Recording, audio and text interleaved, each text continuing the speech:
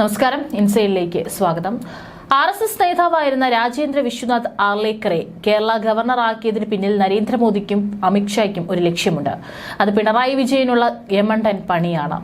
ഇതുവരെ കണ്ടതൊന്നുമല്ല മോനെ വിജയ കളിയെന്ന് ആർലേക്കർ കാണിച്ചു തരും. BJPക്ക് ഒരു പാർലമെന്റ് സീറ്റ് വാങ്ങി നൽകിയ ആരിഫ് മുഹമ്മദ് ഖാനെ ബീഹാർ ഗവർണറാക്കിയതിലൂടെ അദ്ദേഹത്തെ കേന്ദ്രം ആദരിക്കുകയും ചെയ്തു. കേരള ഗവർണറായി രാജേന്ദ്ര വിശ്വനാഥ് ആർലേക്കറെ നിയമിച്ചത് പെട്ടെന്നാണ്.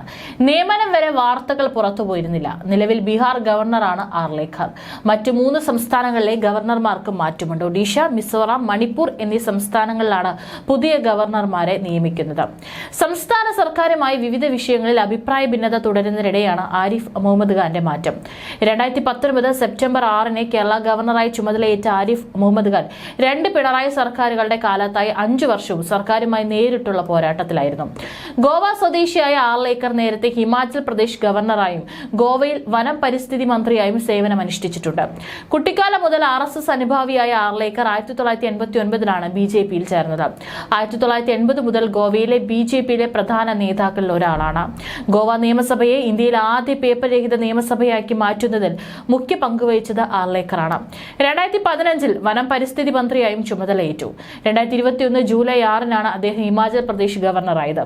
RSS നേതാവ് എന്ന നിലയിൽ ആദർശത്തിൽ അടിയുറച്ച ജീവിതമാണ് ആർലേക്കറിന്റേത്. ആരിഫ് മുഹമ്മദ് ഖാൻ ഒരളവ് വരെ പിണറായിയുമായി ഏതെങ്കിലുമൊക്കെ അവസരങ്ങളിൽ വിട്ടുവീഴ്ച ചെയ്തിരുന്നു. എന്നാൽ പുതിയ ഗവർണർ അങ്ങനെയല്ല. 2026 കേരള നിയമസഭാ തെരഞ്ഞെടുപ്പിൽ ഒരുങ്ങുമ്പോഴാണ് ആർലേക്കറെ കേരളത്തിലേക്ക് കൊണ്ടുവരുന്നത്. ഒരു കാരണവശാലും പിണറായിയുമായി രമ്യത പുലർത്തേണ്ട എന്ന സന്ദേശമാണ് പുതിയ ഗവർണർക്ക് നൽകുക. 2026 3-4 സീറ്റുകളിലെങ്കിലും വാങ്ങി നൽകണമെന്നാണ് BJPയുടെ ആഗ്രഹം. അതിനുവേണ്ടി സുസജ്ജനായ ഒരാളെ കണ്ടെത്തിയിരിക്കുകയാണ് കേന്ദ്ര സർക്കാർ. പിണറായിക്കും ഇതിൽ ഭയം തോന്നി തുടങ്ങിയിട്ടുണ്ട്. കാരണം അമിത്ഷായുടെ വിശ്വസ്തനാണ് ഗവർണർ. അമിത്ഷാ പിണറായി ഒരു വിട്ടുവീഴ്ചയും ചെയ്യാത്ത നേതാവാണ്. പ്രധാനമന്ത്രി നരേന്ദ്രമോദി വിചാരിച്ചിട്ട് പോലും ഇതിലൊരു മാറ്റവും ഉണ്ടാക്കാൻ കഴിഞ്ഞിട്ടില്ല. അമിത്ഷാ പുതിയ ഗവർണർക്ക് മാർഗനിർദ്ദേശം നൽകുമെങ്കിലും അത് തനിക്ക് വിനയാകുമെന്ന് പിണറായിക്ക് അറിയാം. ഇതിനേക്കാൾ ഭേദം ആരിഫ് മുഹമ്മദ് ഖാനാണെന്ന് പിണറായി കരുതുന്ന നാളുകൾ ദൂരെയല്ല. BJP നേതാവും ഗോവ മുഖ്യമന്ത്രിയുമായിരുന്ന മനോഹർ പരീക്കറിന്റെ ക്യാബിനറ്റിൽ അംഗമായിരുന്നു ആർലേക്കർ. ഗോവ നിയമസഭയെ പേപ്പർ രഹിത നിയമസഭയാക്കിയതും ആർലേക്കറാണ്. ആശയങ്ങളുടെ തമ്പുരാനാണ് പുതിയ ഗവർണർ. കമ്മ്യൂണിസ്റ്റ് പാർട്ടികളുടെ 1-ാം നമ്പർ ശത്രുവാണ് അദ്ദേഹം. കോൺഗ്രസിനെതിരെ കർശന നിലപാടാണ് അദ്ദേഹം എക്കാലവും സ്വീകരിച്ചിരുന്നത്. ഇതാണ് പിണറായിക്ക് വിനയായി തീർന്നത്. പിണറായിയും BJPയും തമ്മിൽ രഹസ്യധാരണയുണ്ടെന്ന പ്രചാരണത്തിനും ഇതോടെ അന്ത്യം കുറിക്കും. പിണറായിക്ക് കേന്ദ്ര സർക്കാർ വലിയ പിടിപാടുണ്ടായിരുന്നെങ്കിൽ ആരിഫ് മുഹമ്മദ് ഖാൻ മാറുകയില്ലായിരുന്നു. ചില വിഷയങ്ങളിൽ ഗവർണർ ഇടപെടുന്നതും പിന്നീട് പിന്മാറുന്നതും പതിവായിരുന്നു. അത് കേന്ദ്ര നിർദ്ദേശപ്രകാരമാണെന്നായിരുന്നു ആരോപണം. ഇതാണ് BJP ബന്ധം എന്ന ആരോപണത്തിന് കാരണമായത്. എന്നാൽ ഗവർണറെ മാറ്റിയതിന് പിന്നിലും പിണറായിയുടെ BJP ബന്ധം ആരോപിക്കുന്നവരുണ്ട്. പക്ഷേ ഗവർണർ തന്റെ കാലാവധി പൂർത്തിയാക്കിയിരുന്നു. കേരളത്തിന്റെ ഭരണതലവൻ എന്ന നിലയിൽ 5 വർഷത്തിലേറെ സജീവ ഇടപെടലുകൾ നടത്തിയാണ് ആരിഫ് മുഹമ്മദ് ഖാൻ രാജ്ഭവന്റെ പടിയിറങ്ങുന്നത്.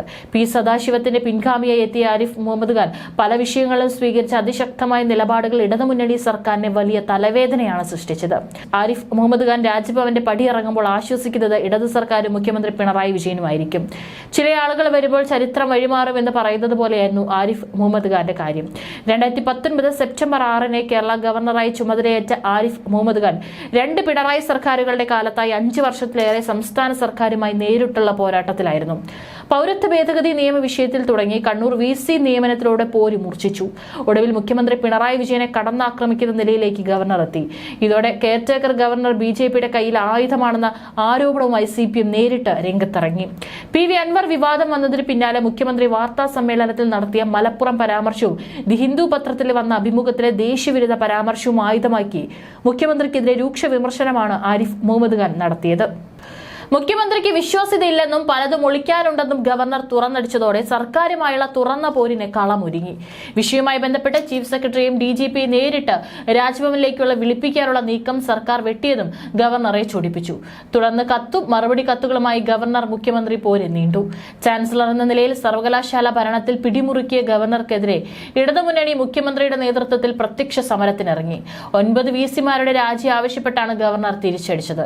VCമാരെ നിയമിക്കാൻ സ്വന്തം ചുമതലയ്ക്ക് സെർച്ച് കമ്മിറ്റി രൂപീകരിച്ചും താൽപര്യമുള്ളവരെ സെനറ്റിലേക്ക് നാമനിർദ്ദേശം ചെയ്തുമെല്ലാം ഗവർണർ സർക്കാരിന്റെ കണ്ണിലെ കരടായി.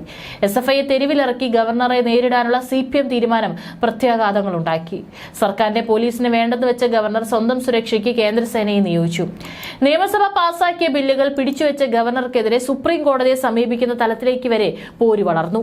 ചാൻസലർ സ്ഥാനത്ത് നിന്ന് ഗവർണറെ നീക്കാനുള്ള ബില്ലും പിടിച്ചുവെച്ചവയുടെ കൂട്ടത്തിലുണ്ടായിരുന്നു. ഗവർണറുടെ അഴിമതി വേണ്ട, മനുഷ്യാവകാശ കമ്മീഷൻ നിയമത്തിലടക്കം അദ്ദേഹം ഇടം തിരിഞ്ഞു നിന്നതും സർക്കാരിനെ വെട്ടിലാക്കി. 2021 ജൂലൈ 29 മുതൽ 2024 ജാനുവരി 1 വരെയുള്ള 1095 ദിവസങ്ങളിൽ 328 ദിവസവും ഗവർണർ ആരിഫ് മുഹമ്മദ് ഖാൻ കേരളത്തിന് പുറത്തായിരുന്നുവെന്ന കണക്ക് സംസ്ഥാന സർക്കാർ വിവരാവകാശ നിയമപ്രകാരം പുറത്തുവിട്ടു. KTU മുൻ വൈസ് ചാൻസലർ ഡോക്ടർ സിസ തോമസിന് വേണ്ടി VC നിയമനം നൽകിയതാണ് ആരിഫ് മുഹമ്മദ് ഖാന്റെ ഒടുവിലത്തെ നടപടി. ഡിജിറ്റൽ യൂണിവേഴ്സിറ്റി വൈസ് ചാൻസലറായാണ് സിസ തോമസിനെ നിയമിച്ചത്. സർവകലാശാല വിഷയത്തിൽ ഗവർണറുടെ നിർദ്ദേശങ്ങൾ പാലിച്ചതിന്റെ പേരിൽ സിസ തോമസിന്റെ പെൻഷൻ മുടക്കാൻ സർക്കാർ ശ്രമിക്കുന്നതിനിടെയായിരുന്നു ഈ നീക്കം. സംസ്ഥാന സാങ്കേതിക സർവകലാശാല വൈസ് ചാൻസലറായി ഡോക്ടർ K ശിവപ്രസാദിനെയും നിയമിച്ചു.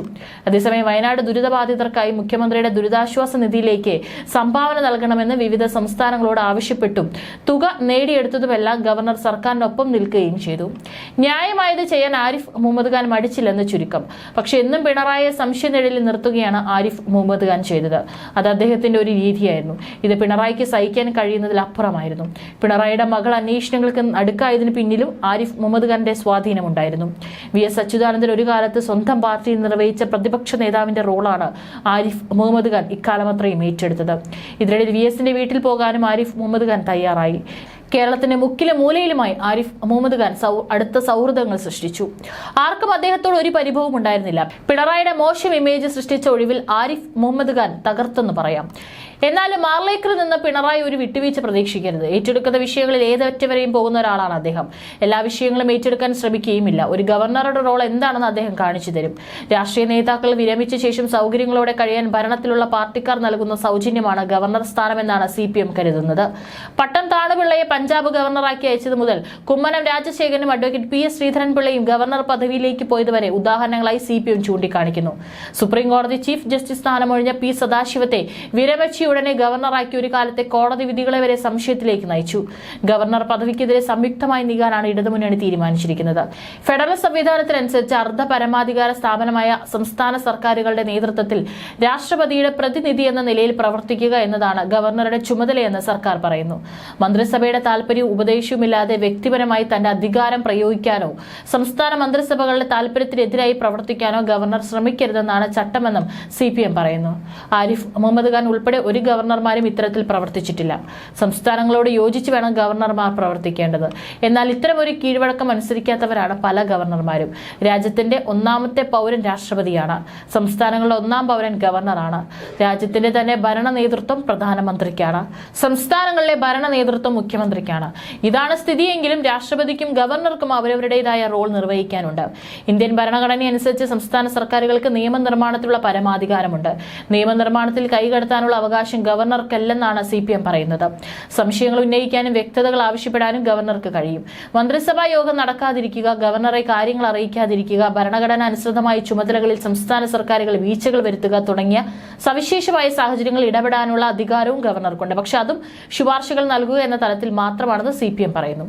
2014 നരേന്ദ്രമോദി സർക്കാർ അധികാരത്തിൽ വന്നതിന് ശേഷം ആദ്യം ചെയ്ത നടപടികളിലൊന്ന് മുൻ UPS സർക്കാർ നിയമിച്ച ഗവർണർമാരെ പിരിച്ചുവിടുകയായിരുന്നു.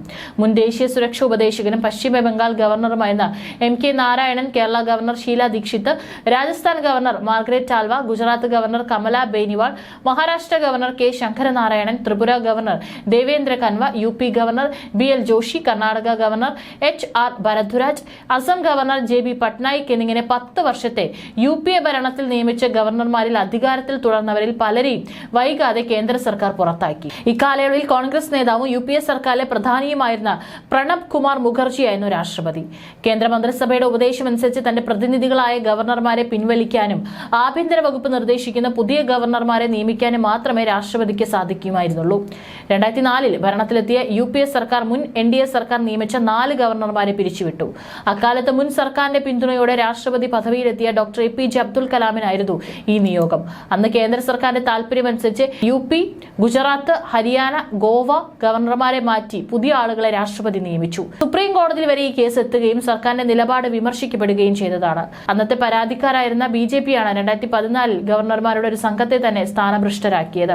ഉത്തർപ്രദേശിലെ ബുലന്ദ് ഷഹറിൽ നിന്നുള്ള ആരിഫ് മുഹമ്മദ് ഖാൻ ഭാരതീയ ക്രാന്തിദൾ, കോൺഗ്രസ്, ജനതാദൾ, BSP എന്നീ പാർട്ടികളിൽ പ്രവർത്തിച്ച ശേഷമാണ് BJPയിൽ എത്തുന്നത്. 26 വയസ്സ് മുതൽ പാർലമെന്ററി രാഷ്ട്രീയത്തിലുള്ള അദ്ദേഹം നിയമസഭാംഗവും ലോകസഭാംഗവും കേന്ദ്ര ക്യാബിനറ്റ് മന്ത്രിയുമായിരുന്നു. കേരളവും ആരിഫ് മുഹമ്മദ് ഖാന് അപരിചിതമല്ല. 1986 ഷാബാനു കേസും തുടർന്ന് രാജീവ് ഗാന്ധി സർക്കാർ നടത്തിയ നിയമനിർമ്മാണവും വലിയ വിവാദമായപ്പോൾ മുസ്ലിം സ്ത്രീകളുടെ സ്വാതന്ത്ര്യത്തിനു വേണ്ടി മതാധികാരത്തിന്റെ ആൺമേൽക്കോയ്മയ്ക്കെതിരെയും പുരോഗമന നിലപാടുകൾ ഉയർത്തി രംഗത്ത് വന്നവരിൽ പ്രമുഖനായിരുന്നു ആരിഫ് മുഹമ്മദ് ഖാൻ. അന്ന് കേരളത്തിൽ പുരോഗമന സ്ത്രീപക്ഷ സംഘടനകളുടെ വേദികളിലെ സ്ഥിരം സാന്നിധ്യമായിരുന്നു ആരിഫ് മുഹമ്മദ് ഖാൻ. കേരളത്തിലെത്തിയ ആദ്യ നാളുകളിൽ പഴയ തന്റെ കേരള ബന്ധങ്ങൾ ഓർമ്മിച്ചെടുക്കുകയും സർക്കാരുമായി ചേർന്ന് പോവുകയും ചെയ്തതാണ് അദ്ദേഹം.